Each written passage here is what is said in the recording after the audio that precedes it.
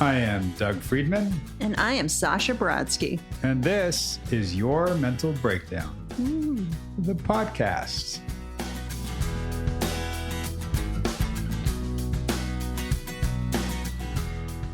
Yay.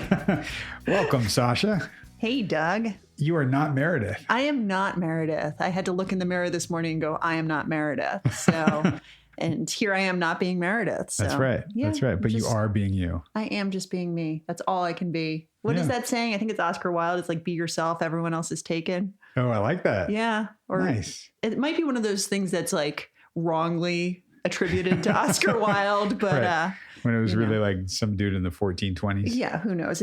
It's actually like Einstein or, right. Everything goes to Einstein too. Well, he didn't really discover relativity. It was his brother, his relative. I have no idea. I'm just making stuff up. I was actually believing you there for a second. Right? Yeah. No. Yeah. The only original things that I say are things like that are completely fabricated. Everything else is just, right? That makes sense. Exactly. Speaking of fabrication, we are both licensed therapists here for your enjoyment and possibly your education. I don't know. Yeah. We'll see. 6 of one, half a dozen of the other. That sounds remarkably like the same number. What? That's crazy. I used to be really confused about what a baker's dozen was. I was just going to say that. I'm so glad you did. Okay. I worked at a bagel shop in college. I worked in a bagel shop. Well, I was 15, but yes. I think I started when I was probably 17 and I went to college. Right. Yeah. What is it about? It's 13, right? A baker's dozen is just 13. One more. Is it something having to do with a bat or bar mitzvah? Oh, wow. I have no idea. Probably not. No. Just been exposed as being a bad Jew. I don't know. I mean, it probably has absolutely. Please, if someone has any knowledge on the baker's dozen. Yeah. And did you just go there like bagels and Jews like that? That's where we went. I really did. And I'm so sorry. Please cut this out. Totally inappropriate. That's going in. Speaking of bar and bat mitzvah, I'm just going to keep segueing like that all over the place. Please go for it.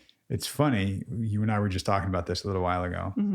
You had a birthday not too long ago. Yes. Meredith had a birthday not very long ago. Happy birthday, Meredith. Oh, well, it was like a month ago. I think before yours. Yeah. And I just had a birthday 2 days ago. Happy birthday, you. Thank you. Thank you. And Drew was talking about his birthday. Like birthdays all around us. Seriously. It seems amazing. like they happen every year. It's really, you should like put it in a calendar or something. Yeah. It's funny. I think of Mary and I were talking about this, that December and January birthdays kind of get the short end of it because of the holidays. Yes. Yeah. As a kid, I remember because my birthday is right before Christmas. Right. And everyone would be on Christmas vacation. And so I couldn't have like a birthday party as a kid. Right. And, now it matters slightly less because I don't think I'd want to have a birthday party anyways, unless I could invite Beckett. Yeah, I remember we would do the half birthday. Like we would celebrate my birthday in July, not January. Okay. Yeah. That way in LA, like summertime, go to the park, have a bunch of people. Yeah. Yeah. There was one year I was in Australia over the Christmas holidays and getting to have my birthday in the beautiful summer months. Nice. Yeah. It was such a shift to not have, and mind you, I was living on the East Coast at the time. So. Right. Oh yeah. Big switch so then. To have this like, wow, people celebrate Christmas and it's like summer here. And then like New Year's Eve in Sydney, Australia, where it's like, it was. You were in Sydney? I was in Sydney for part of it. Yeah. Nice. Yeah. Totally. One of my good friends from high school was from Sydney. Another one from here now lives in Melbourne. And I have to say, the Australian accent is one of my favorite accents, and I cannot do it. I completely stink. Yeah. I'm with you on that. I'm also slightly obsessed with the New Zealand accent. So, oh, really? Yeah, it's phenomenal. It's different. It's different. It is different. Yeah. So, yeah. Yeah. It's cool because I think I used to try to do Australian and it would come out British. Okay. And my British also isn't very good. Like, maybe I just can't do accents. Well, I am historically terrible at accents, but when I was younger, I was horribly obsessed with the movie Trainspotting. And, you know, I would just sit there and try to do a Scottish accent like over and over and over. And basically I was just quoting Trainspotting. Right.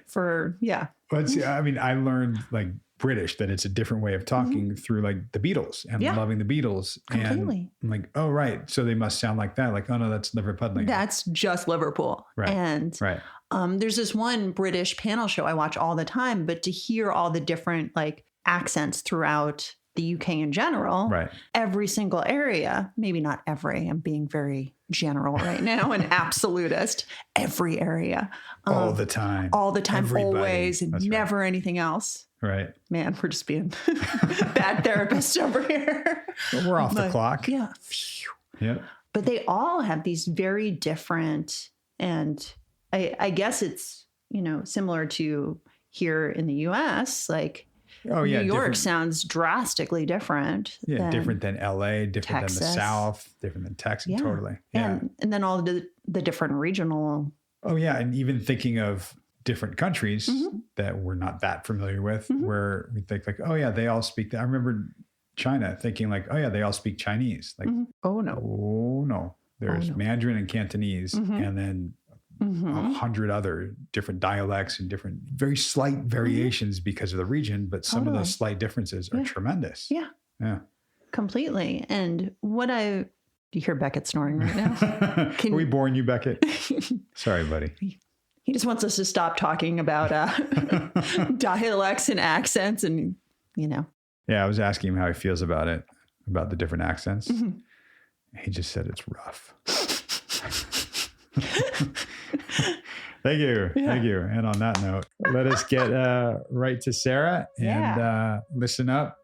Hang in there. We will be back. Well, we're actually not going anywhere. We will still be here and be back.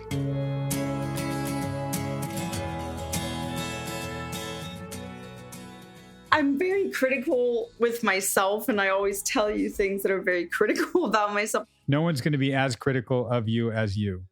That's true. I remember times where I've had what I consider a bad show, and somebody will come up to me afterwards and say, oh my God, you sounded so amazing. Oh my gosh. One time when I couldn't have been more than 11. There was like 250 of us living in this place.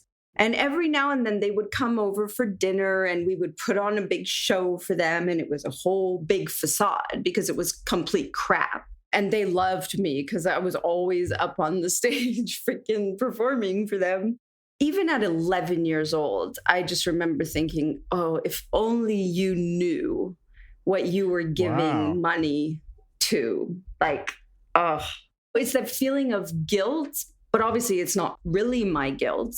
But at 11 years old, it is my guilt. It's like, oh, this is just a complete and total lie. And money, to me, I didn't really know anything about money.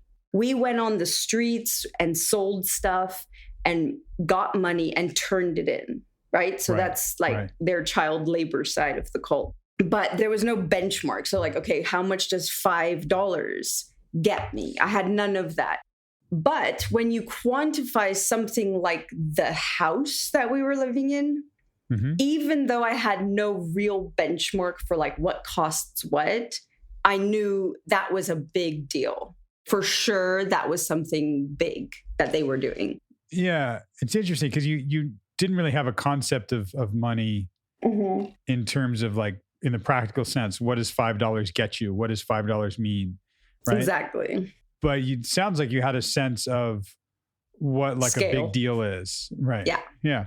Yeah. Were you exposed to other kids outside of the cult and have a sense of who has money, who doesn't? Or was it very insular? Like you just really didn't know?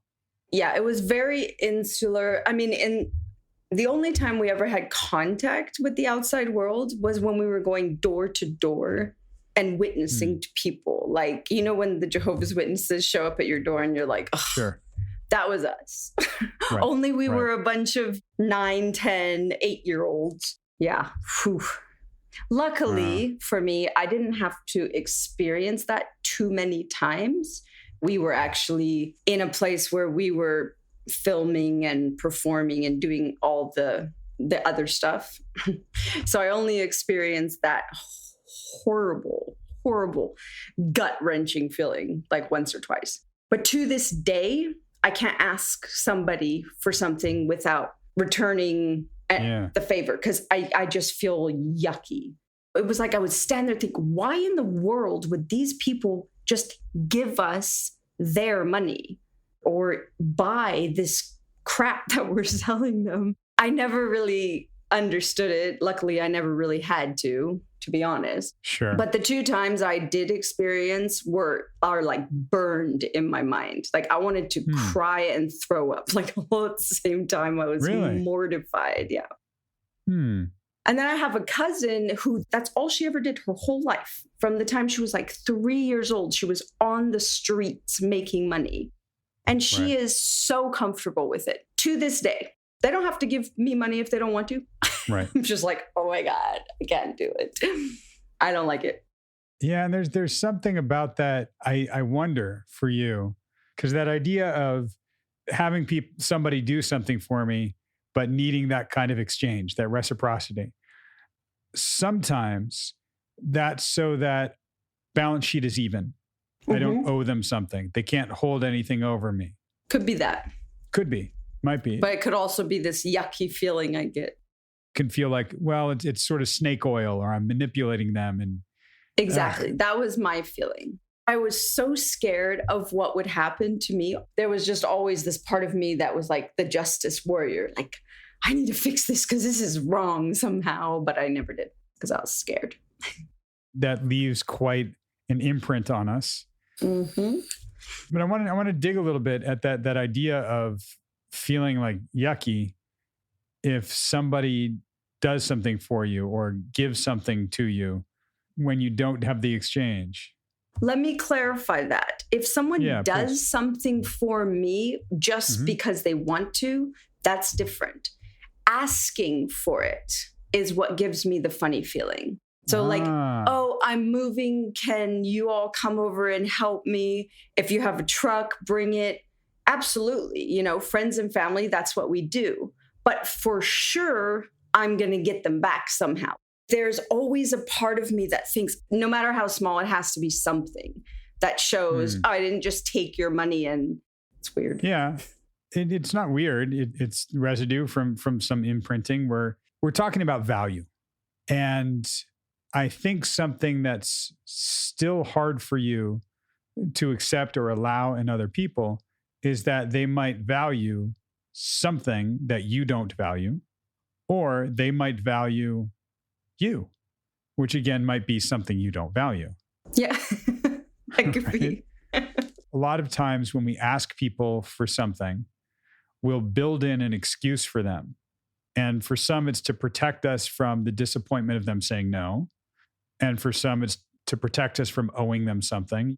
The example I gave you when I first did this was a client that said he was having a wedding in Santa Barbara and wanted to invite people to the wedding. And he invited somebody and said, but I know you just had a kid, so if you can't make it up, that's okay. And he's building in the excuse. And what we talked about was he's robbing that person of an opportunity to show how much that person appreciates you. I do that all the time. Right. Literally all the time. Interesting. There's 2 robberies there.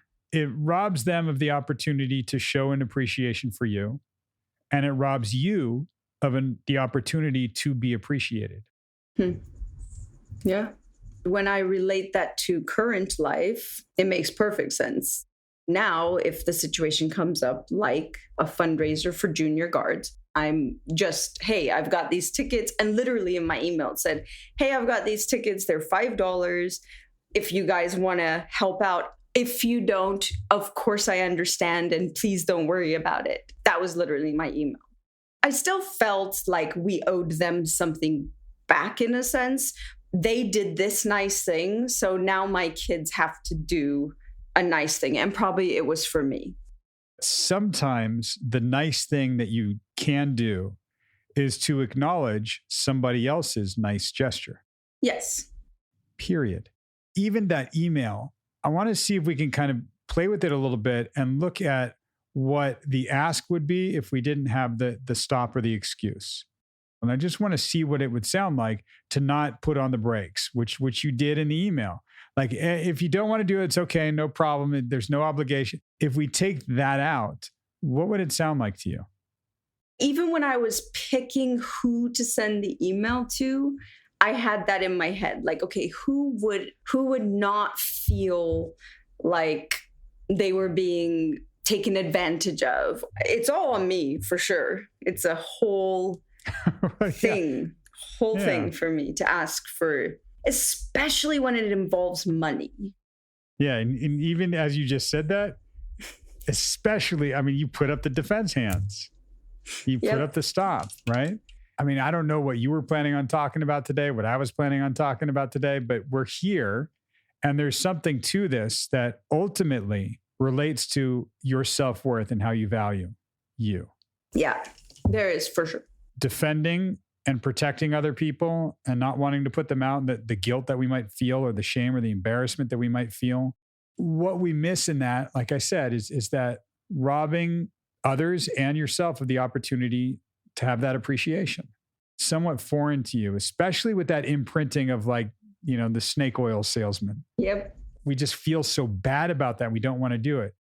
I'm going to go a little bit further into the sort of I hate the word trauma, but the trauma. We can call it experience, but it's traumatic. Yeah. Sure.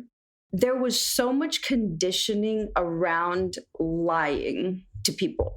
So not only would we be told exactly what to say, we would be told how to smile, when to smile, when we were going through what they called persecution.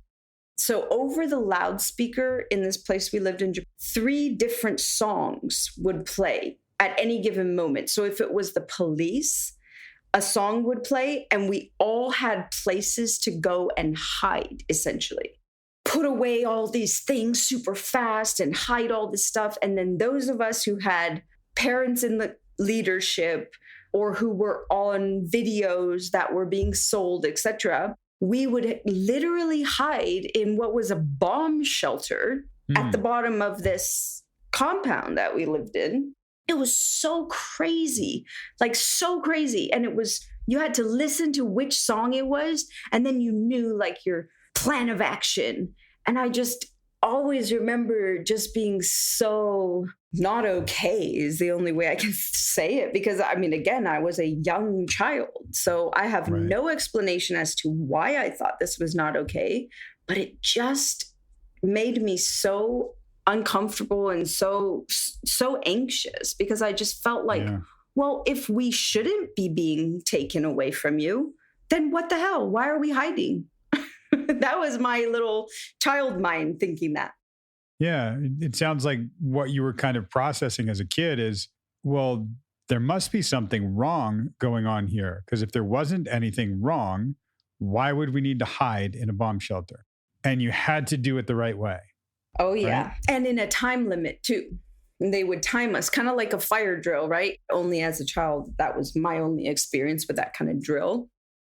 A lot of this keeps you on alert at all times. At all times, yeah. And that's something that we've talked about, that hypervigilance, that always kind of being ready at any moment, that anything could happen. And it's exhausting. It's incredible. Yeah. The amount of stress and fear and anxiety that comes along with that. Yeah. That's just kind of embedded in your upbringing as a kid.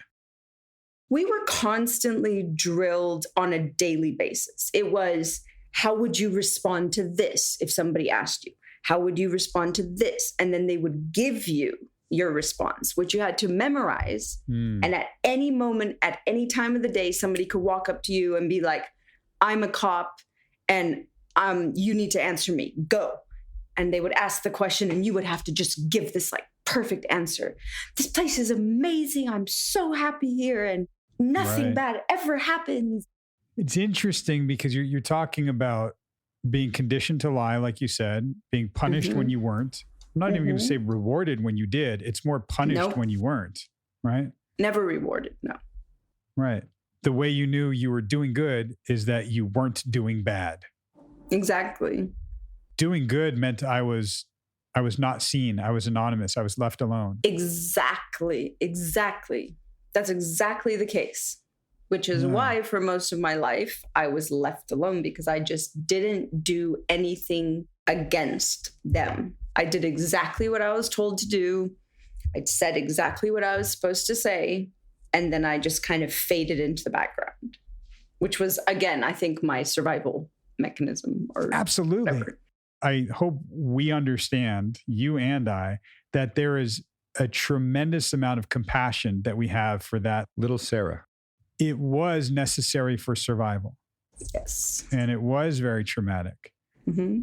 We're getting to look at it now. We're looking at the data that I know you love and seeing where some of this came from. But we need to start accumulating more data for, can it look differently if I do it differently? What would that be like? And we're working against decades of conditioning, unconsciously conditioning. Once you left the cult at 15, the imprinting was still there. Yep. And a lot of what you describe about, I just don't feel good asking somebody for something without giving them something in return. Mm-hmm. Right. Because it's foreign to you to be told you're doing good. Yeah. So it would be foreign to you to be appreciated for the sake of just being yourself. No, I must be appreciated because I did something, or I can give something in return.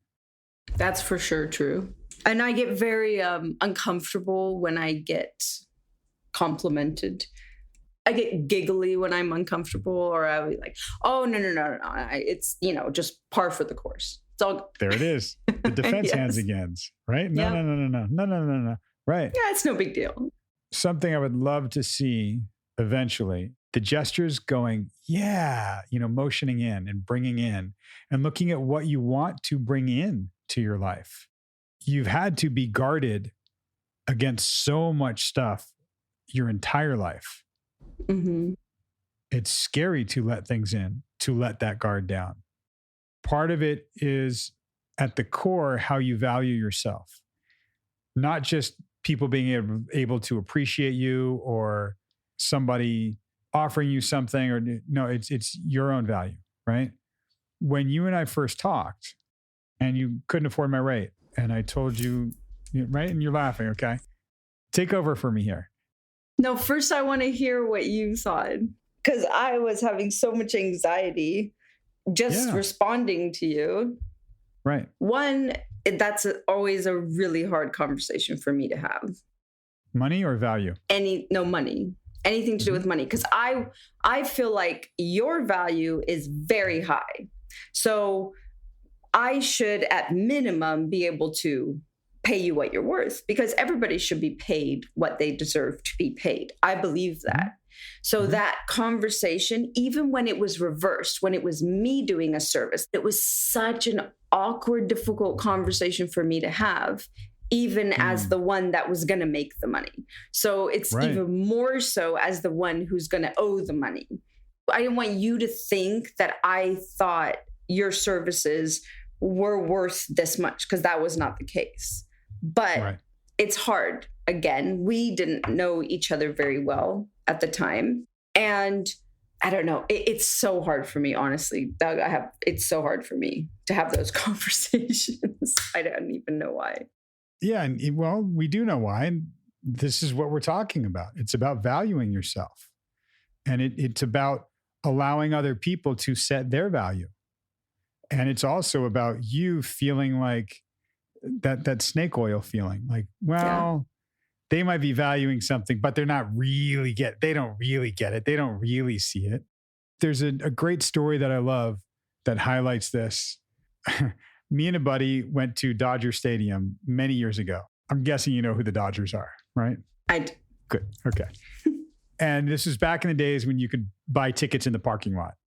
And we've known each other since we were 9 years old. We grew up watching the Dodgers and playing baseball together. And we wanted good seats and we knew where we wanted to sit.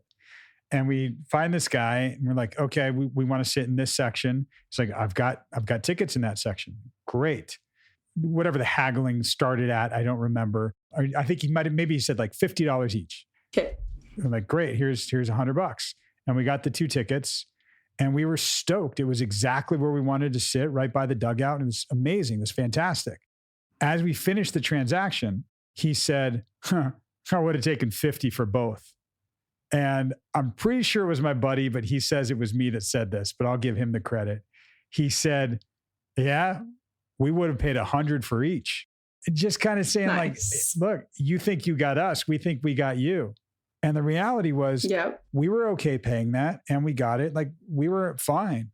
What do you think of that? It's interesting because I always undervalue myself. Even especially when I was doing makeup and hair, I would talk myself out of a good pay day just because I'm thinking, oh, okay, well, making all these excuses for the other person in my own head. And then I would be finished and they would be so happy that they will like end up giving me a massive tip just because they felt I was underpaid for the services that I offered them. But there's still never been a point in my life where I stopped and said, okay, you know what? My haircuts are worth this much money. And if you don't want to pay that much money, then you can go somewhere else and get a bad haircut. So in my mind, I know my skill set or skill level. I know data-wise what it's worth. So I know what my skill level is worth. But there's always a part of me that like convinces myself to not say, you know what, this is what I'm worth. And if you don't want to pay it, go find somebody else.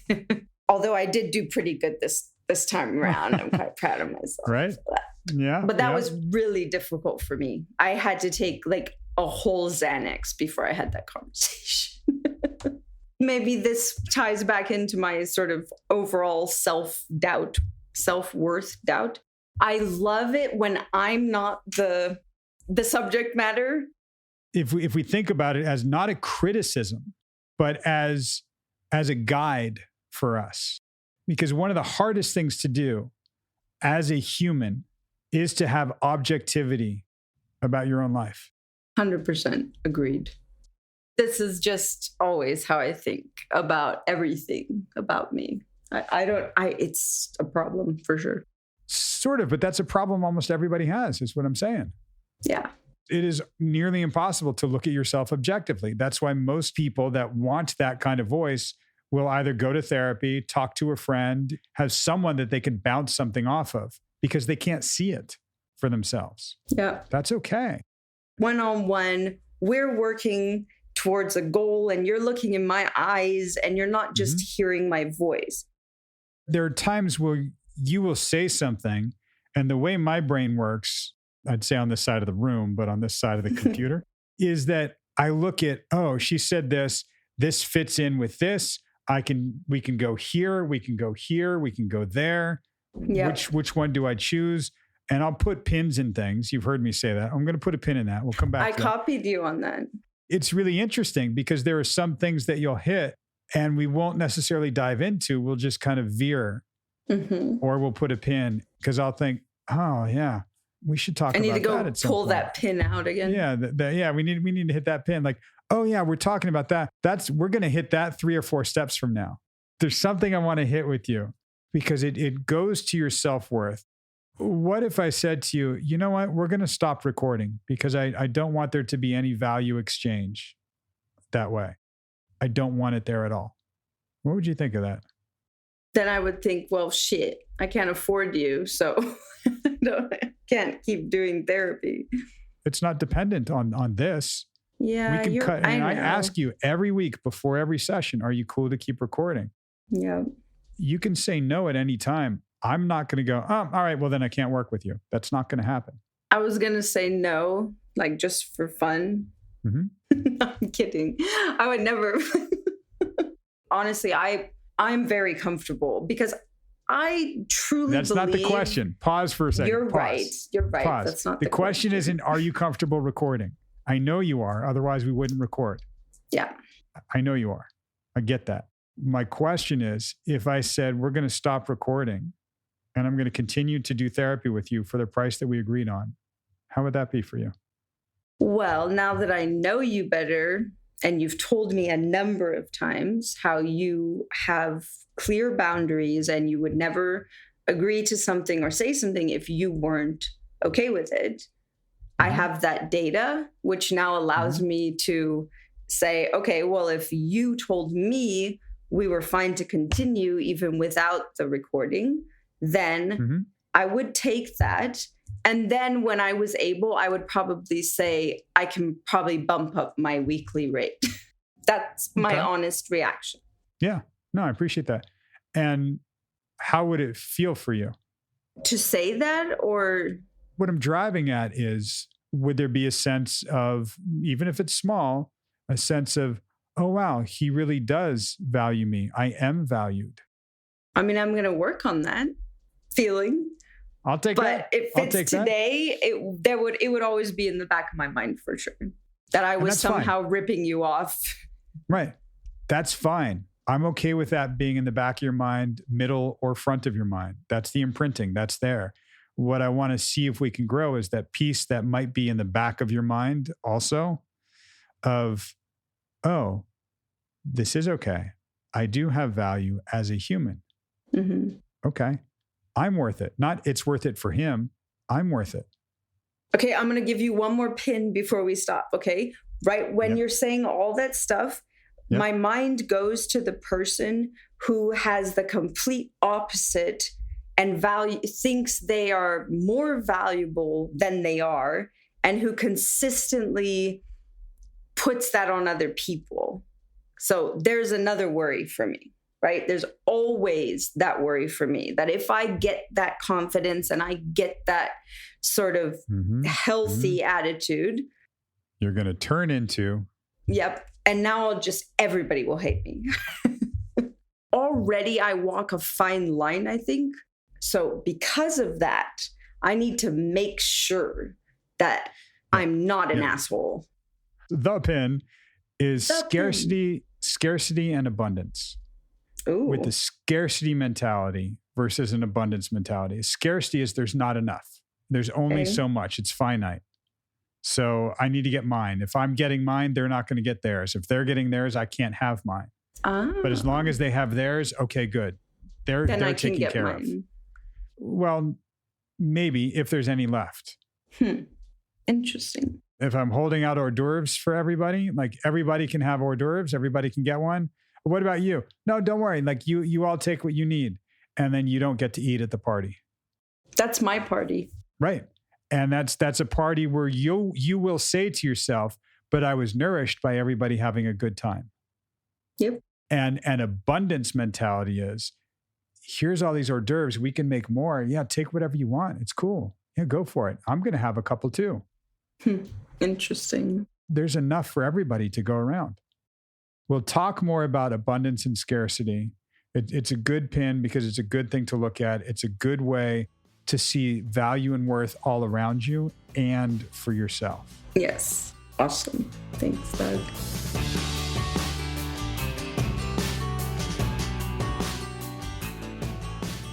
And we are back. Hi. Hello. Long time no see. Yeah. And we just got right into it right away with performance anxiety. I know, totally. Which I'm so glad you guys started off with that because, like, full transparency, like, I feel it. It's a little weird to be behind a microphone sometimes. And I think I said this to you before, not have a guitar. Right. And I love that. The idea, like, no one is going to be as critical of you than you. Totally.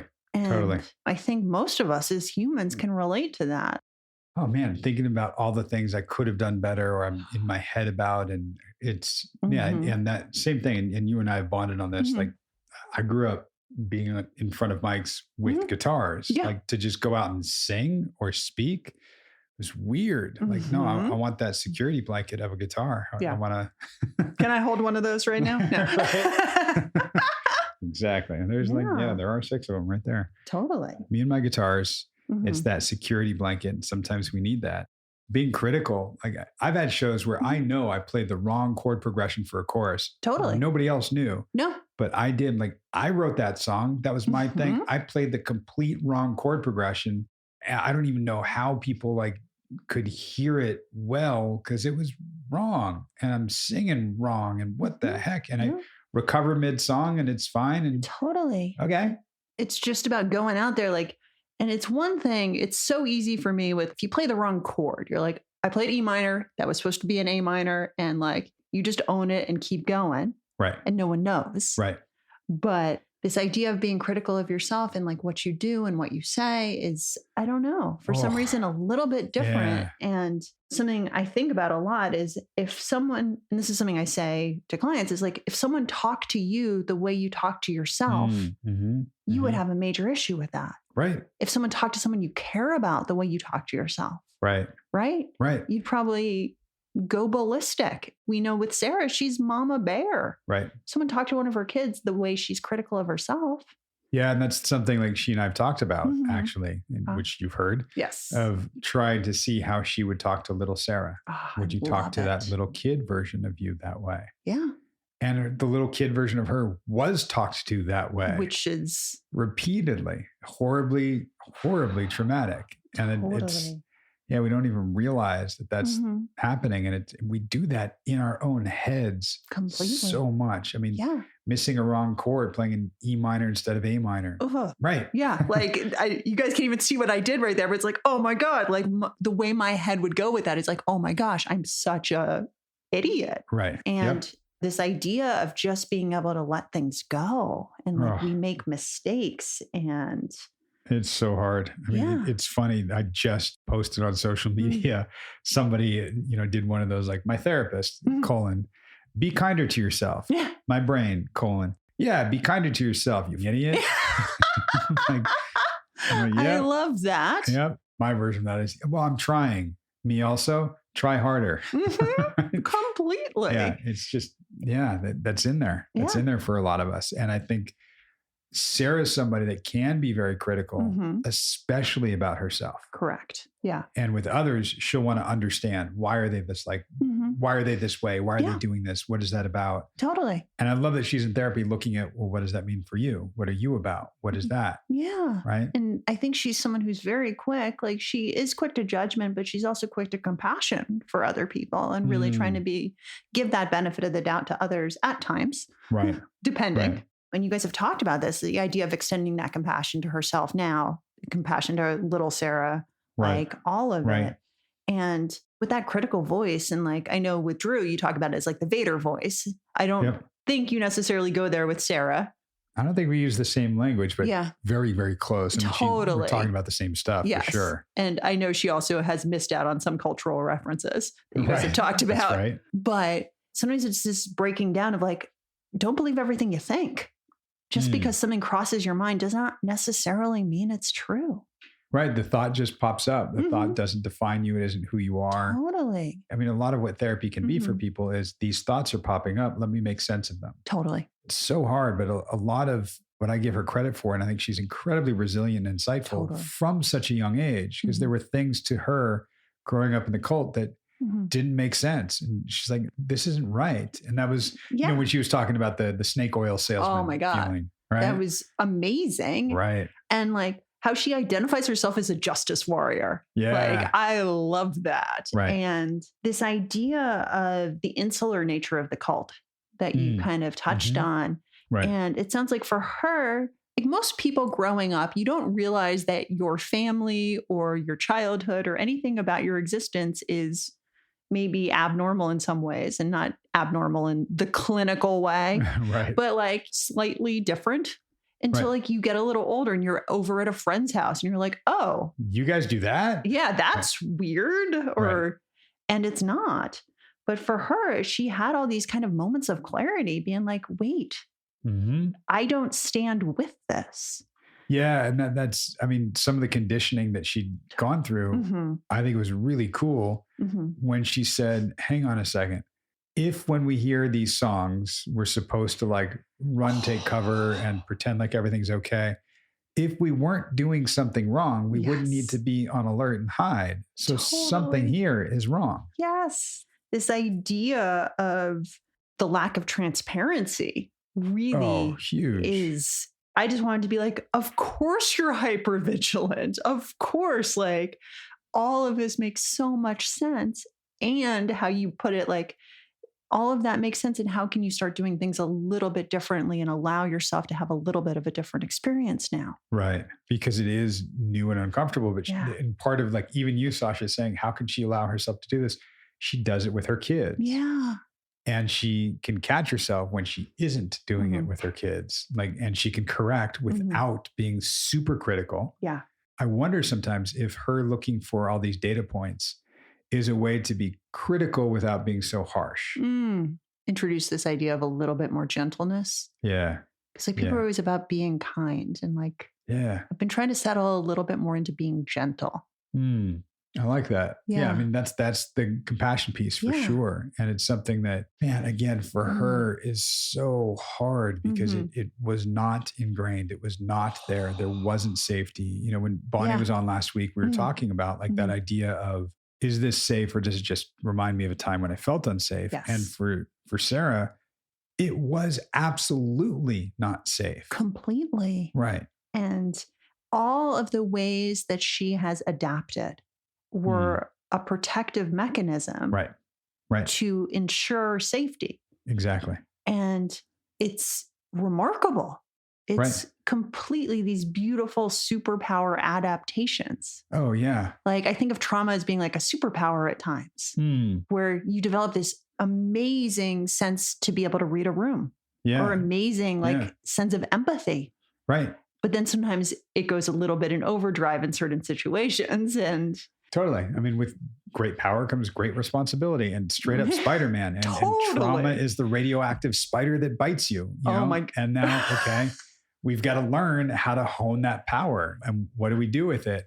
As opposed to going like, oh, right, my hypervigilance, I'm mama bear, I need to not be that anymore. No, you just need to control where and when it comes out, because it's a wonderful, wonderful quality and protective mechanism. Totally. That's not as necessary all the time now. Yes. Right. And it's like these ways that you have adapted to survive. Yeah. We evolve past needing them for survival. Right. And that's where she is. That's what I hear is her taking this step in, like, thank you, adaptive survival mechanisms. Thank you.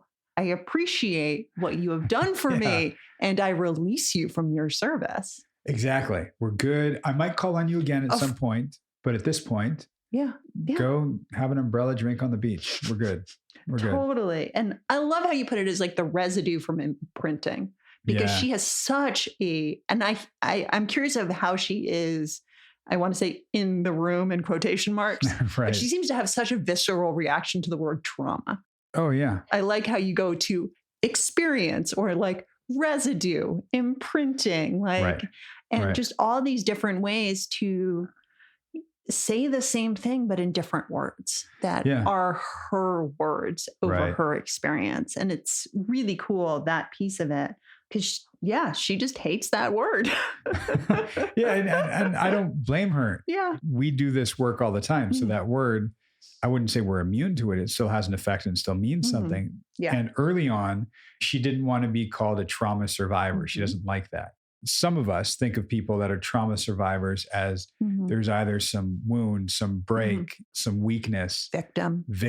Exactly. You know, that was big for her. Like, I don't want to be victim. Like, I'm fine. I'm okay. I'm like, well, A, you're not a victim by that standard, and B, you're not fine. Unless we're going with the definition of fine of fucked up, insecure, neurotic, and emotional. Exactly. So, exactly. Yeah. Nice callback. Thank you.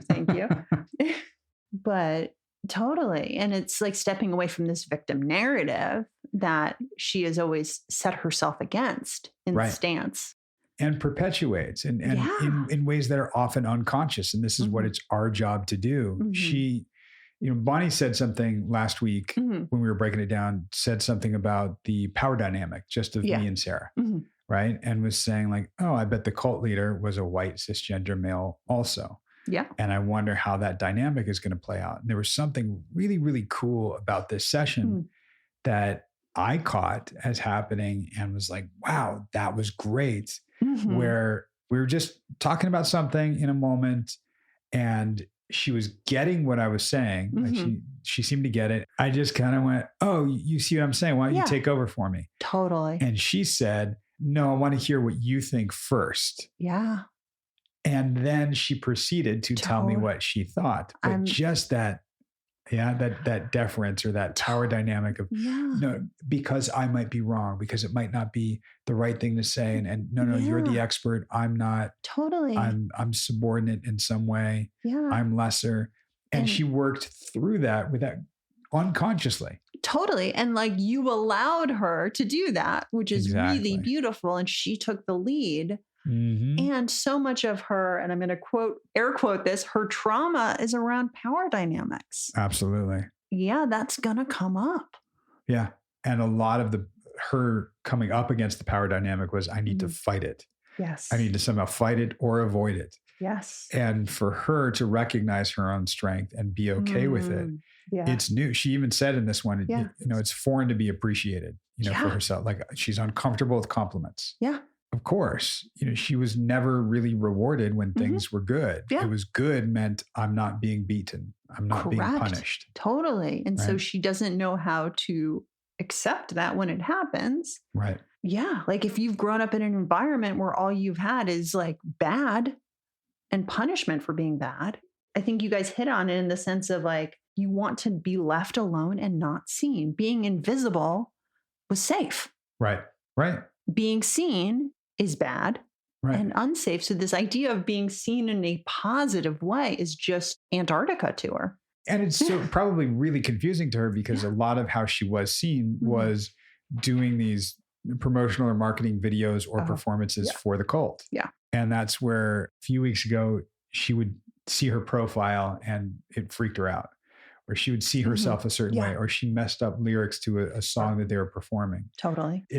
Goes back to what she and I were talking about in the very, very beginning, performance anxiety, like missing something. But for her, it's not just performance anxiety like you and I would have what they call red light fever. When we hit the record button, you kind of freeze up, right? Right? There are so many famous stories of like Jimi Hendrix, for example, would kick everybody out of the booth when he was doing vocals, didn't want anybody to listen to him sing.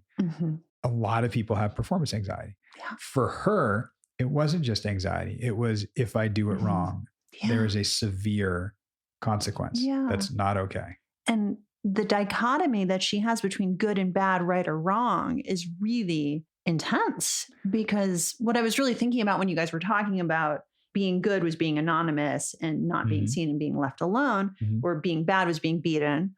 Right. But it developed this idea of if she follows rules and order, which she is someone who's very oriented in rules and order, then she is not seen, which is the survival mechanism. Right. And it perpetuates that. Totally. If I'm not seen, if I'm left alone. Totally. I'm okay. Right. And then she feels invisible, I think, in some ways. And I will say, it's not like that across the board applies to every situation. No. Because there was that, if you remember a while ago, she was working at that place where when she got pregnant, they were like, oh, we don't want you in the front up anymore. You're going to be down in the basement because you're pregnant. Totally. Yeah, you're not appealing. You have less value to us now. Which honestly just kind of plays back into being punished for not being seen the way people want her to be seen. Right. And she knew back then that was crap. Totally. Right. And it was something that wasn't fair. That's the justice warrior thing. That wasn't okay.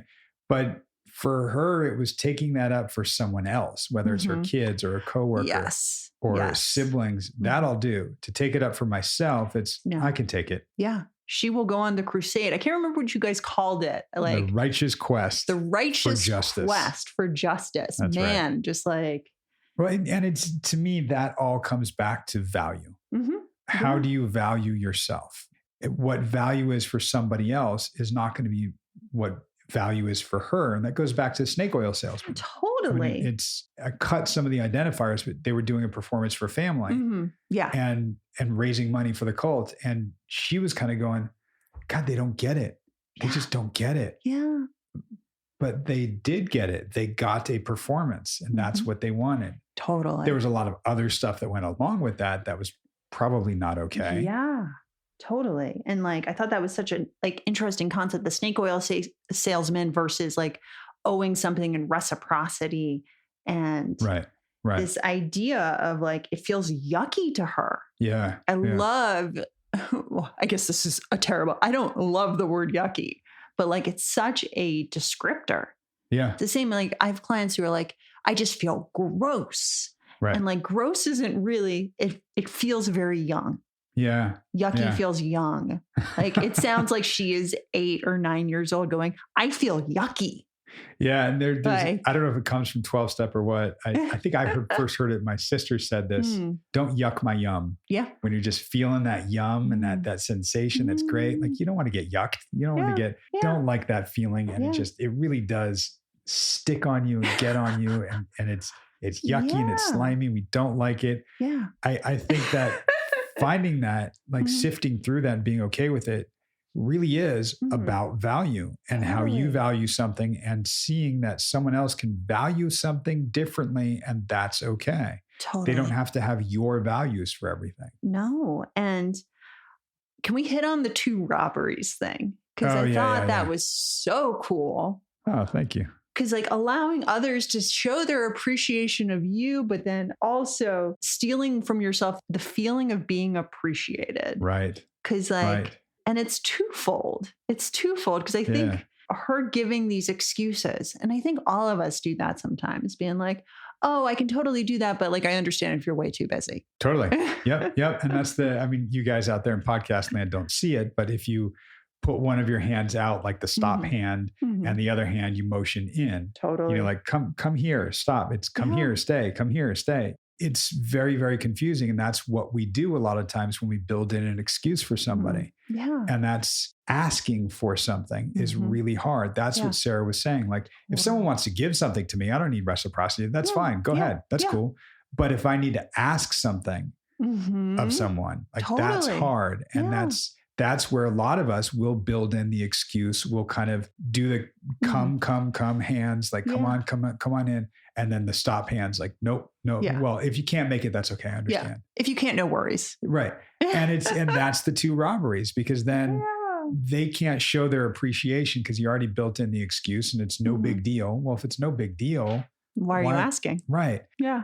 And we rob ourselves of like, wow, these people really appreciate me. They're doing this for me. Yeah. Oh my gosh, that feels great. Yeah. Allowing others to help you. Like I think about asking for help as like this, I'm going to sound a little like out there for a second, but it's like a spiritual act, like allowing others to help us. Yeah. Yeah. Is a really beautiful opportunity to connect. Totally. I mean, it's unfortunately in our society seen as a sign of weakness. And I think it is such an incredible strength if you lean into it the right way. Like even you being here, recording with me on the podcast, I asked you to do this and you said yes.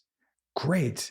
Right. And it really is like, cool. Yeah. And I didn't say, well, but if you can't make it, no problem. I'll find somebody else. It's cool. Don't worry about it. Meredith will be back in a week. Whatever. We can just delay having the podcast come out. It's not, no one's listening. Right. Yeah. But I will self-deprecate because that's what I do and just say, oh, you're showing your appreciation, but it's not me. It's the podcast. No, it is. It's me. Yeah. And I take that and it means a lot to me. That you came here. You're showing your appreciation for me. I get to feel appreciated and it's the podcast. And that's amazing. Correct. Right? Yeah. What a cool thing and a way to feel valued because I didn't stop. I didn't give you that excuse built in. Yeah. I just allowed you to say yes or no. And who's going to say no to me? Really? Well, I actually didn't say no to Beckett. So no. Man. Yeah. No, but like when it's also a mixed message, because if you're telling someone like, hey, I would really appreciate it if you could do this, but if you can't, like, I also totally understand. How do you read that? Right. Does this person need my help or don't they? Right. And for her, it's coming to understand like what it is to allow others in and be seen in this way that as not as weak, as not as the victim, as not as someone who is less than. Totally. Right? Because I think as society, we like, if you're asking for help, obviously there's something wrong for you, with you. Right. I love it because we kind of did the hypothetical of like, if we stop recording how that was. It. Yeah. This is, I think, a very cool exchange, but I could go for it, what you think of it before I tell you how cool I am. I thought it was really cool because one, you challenge the power dynamic. Right. Again. Yeah. Uh-huh. It's cool to see you doing that. Like in the sense of like, well, what if I said that to you? And her being able to own, wow, because she has so much respect for you and your time. Right. But also like doesn't want to take up space. It was really just highlighting everything that you guys had already talked about with the 2 robberies. Exactly. Like I love the real time stuff because you can spend, I'm going to go with probably 2.5 years going through every event of her childhood.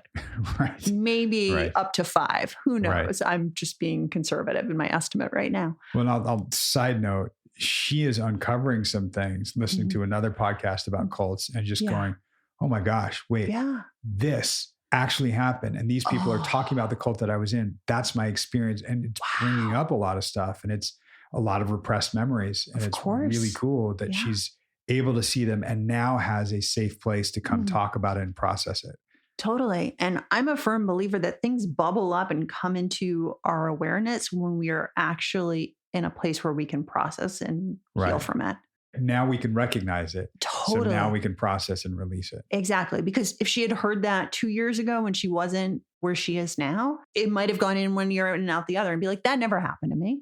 Right. We don't know. But like if something, I don't know, I think about this a lot. If something's coming up, it means that you are in a place. Right. Right. And it's the protective mechanism. And then we kind of go, oh, wait, instead of protecting, let me bring this in and see if I can do something with it. Right. Yeah. But that's okay. I jumped in. You were talking about when I said the power dynamic of if I stopped recording and what would that look like? And so you can spend all this time looking at her childhood, but instead of, you can unpack all of that, but looking at the power dynamic around the podcast and recording and money. Right. But also pulling in that email too that she was sending, where you're doing real time, like this is where the residue comes up for you today. Yeah. Right. Exactly. And again, for her, if somebody wanted to give something to her, that's fine. But she's asking for something. And if it's somebody else, it's easier. If it's for her kids, for a fundraiser, easier. Yet it's still coming up. And we could take the way that we listen as therapists is we hear, oh, there's a little bit of this here. If we bring that little bit out and we highlight it, you get to work on this thing that goes back to the trauma, to the response, to the protective mechanisms. And we break it down in something seemingly innocuous, like sending an email about, hey, will you buy candy bars and magazine subscriptions for my kid's school? Yeah, but if you can't, no worries. Right. No. Right. Yeah. But what was really, what I loved was this idea where she was like, I trust that you would tell me your boundaries. Right. And you get to be this example for her as someone who knows their own limits, knows their own worth, knows their own boundaries, and she can start modeling that. Because who knows, Doug, like you might be the first example of like a cisgender white male who is respectful of someone else's boundaries to her. Right. I mean, we never know. That's where, a lot of therapists will say that the healing happens in the relationship. Yes. And that was Bonnie's point last week of like the relationship that you have with her can be very, very healing for that. And just by virtue of that relationship, great. To me, it's so cool. And one thing that I've noted here is that in talking about value, she's looking at, I think I even said, I'll put a pin in something. Yes. One of those things is she's looking at it as she values my time. Yes. And it's for the podcast and she values that. Yeah. I value her. Just the work that I do with any one of my clients, not just her because she's on the podcast, her because she's a human being, and her because she's a client. And this is how I think of my clients. I value them. Totally. I value their time. And I don't know that she gets it that way. And that's okay. I know that she values the work that she's doing and she values therapy, not me. I mean, she values me too. That's great. And I do take that in. She values therapy. That's what we're talking about. That has value. That's her time. Yeah. Not me as the expert giving her therapy for 50 minutes. No. Right? It's like the work you're doing together in the room. Yes. That's what really is the currency. Yes. Yep. And it's your time, it's her time, it's the work. Right. Yeah. And I think sometimes as therapists, it's an honor for us to be in the room, like hearing these things, doing this work. That's at least how I think about it. For someone to trust you with their ooey gooey insights. That's always what I call it. Hey, you got your yuck, you got your ooey gooey, all that stuff, right? Totally. Yeah, and it really is at our most vulnerable in therapy, and seeing that, and really having that safe space and that trust in yourself to do that and bring that. And she is doing that and bringing that, and it's great. And it was interesting too, in that talking about the value. I even said, do you value yourself? And she's, well, I'm working on that. But, it'll always be in the back of my mind that this, like, all right, well, okay. And I love that she brought back in, well, I'm going to put a pin in something, right at the end. Yeah. And if it weren't at the end, we would have talked about it differently. Okay. But she said the thing about, essentially, I want to make sure I'm not an asshole. Right. In valuing myself and the arc of things, right? The pendulum. Exactly. Right. Exactly. It's, right. You've had experiences with these extreme narcissists, the cult leader, the ex-husband, these people in your life, some bosses that were like that. So you're guarding against that. Yeah. So you're already a little more timid on the spectrum and that pendulum of valuing yourself, because you don't want to be the thing that has impacted you, that repels you, that we judge.